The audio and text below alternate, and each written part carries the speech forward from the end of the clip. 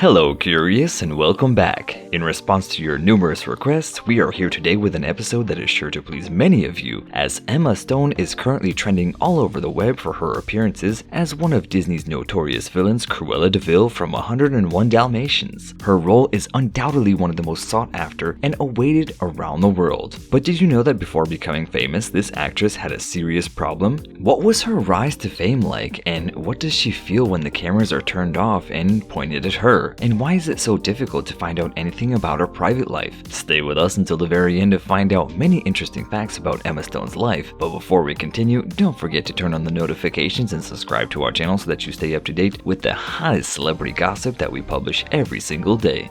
So get comfortable, Curious, as today's episode is dedicated to all of Emma Stone, who had in recent weeks been talked about more and more as the name of her daughter, who was born in March, was revealed after TMZ had managed to obtain her birth certificate. And according to documents, her name is Louise Jean McCary, and since her birth, she has surely brought much happiness into the lives of her parents, Emma and Dave McCary. But before we get any more carried away, let's look back at the past of the star of today's video. Our actress was born on November 6th of 1988 in Scottsdale, Arizona, as she has undoubtedly become one of the world's most favorite stars of an American show business. And that is all thanks to her experiences, that a lot of success which has led to her appearing in one of the most recent productions that everyone is talking about. And yes, Curious, we're talking about her portrayal of the Disney's most iconic villains, Cruella de Vil. And with that, did you know that she was not just a character invented by Disney? And if you want to find out more about why not check out the villain's origins in a video dedicated on our new channel, CURIOSIPS WOW, the link to which is being displayed above now. But make sure you stay with us until the very end to find out what kind of things this star had to deal with. The subject of mental health can be considered a quite taboo topic even today. However, in order to eradicate the stigma surrounding it, many organizations around the world are tackling the subject in a professional manner, headed by various public figures which have especially included the royal family. Prince William and his wife Kate Middleton are working alongside mental health organizations, as well as Prince Harry, who has worked with Oprah on a show to take the action against an issue to eradicate the stigma. So especially given that the prince's mother struggled with her mental health herself, and if you want to know how Diana's sons are honoring their mother to this day, then be sure to check out our previous video. But for now, we are going to continue with the topic of today's video.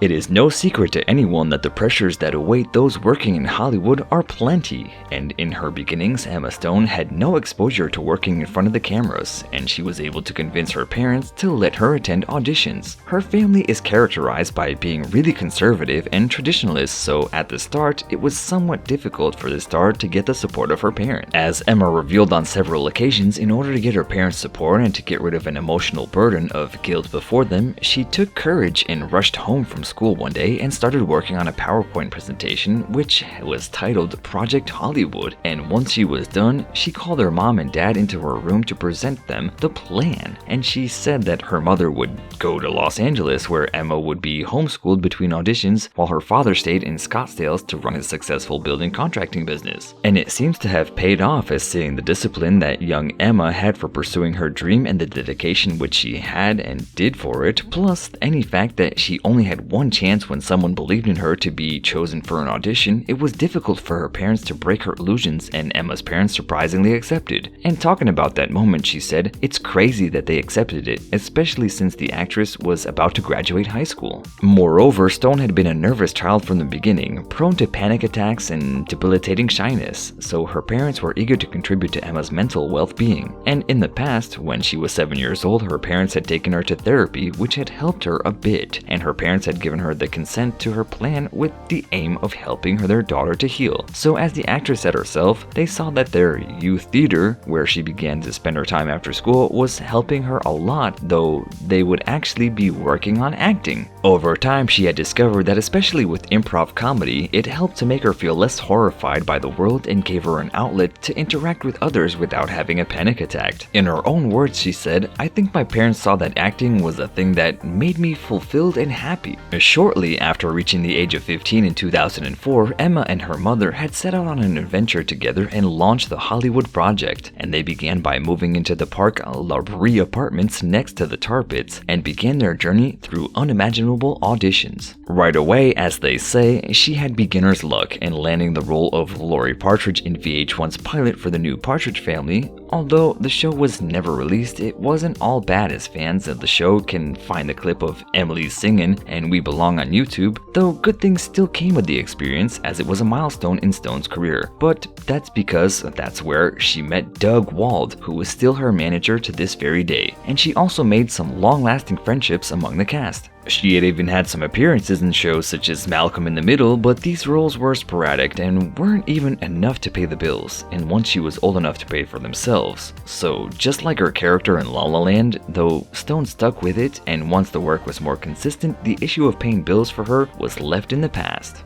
Though before that happened, she had to pay her bills somehow, so she ended up taking a job at probably an unusual place, but this future star at that time started working at a gourmet dog cookie bakery near Park La Brie, and she continued to look for acting work. So chances are that if while working to pursue her dreams, Emma Stone herself had to work at a dog biscuit bakery, and chances are that one day you might be able to fulfill yours too. At 19, she got her first big break after being cast as Jonas Hill's love interest in Superbad. And no doubt it was a small role, but it was undoubtedly scene-stealing and finally put her on the Hollywood radar. And here, Curious, let us tell you that a drastic change of how you look could be beneficial, and proof of that is the iconic Emma Stone, who in the wake of her growing success had dyed her naturally blonde hair red, a move that would alter the course of her career, and one who influenced the decision of change that was none other than the producer Judd Apatow. After Superbad, the offers had started pouring in, and the rest is history. And finally, in 2009, Emma landed her first starring role in the surprisingly witty teen comedy Easy A. And with this ridiculously successful career move, she relocated to New York.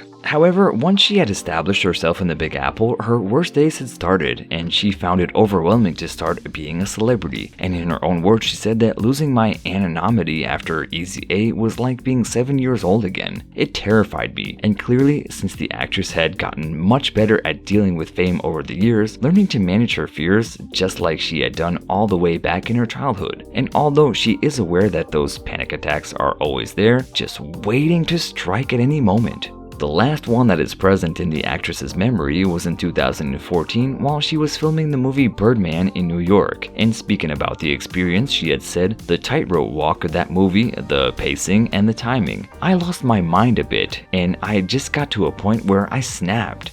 And in one of her triggers, which she commented on, was horse riding. Though if you remember watching her on Yorgos Lanthimos, the comedy drama The Favorite, you wouldn't have been able to tell that there was any fear that the actress was going through anything. Though this is just to mention that one of the things that she finds stressful. And she had also confessed that she dreads interviews, and in her own words, she had spoken about this and said, "Before any interview, I had to sit with myself for 5 minutes and breathe and get centered because I get so nervous.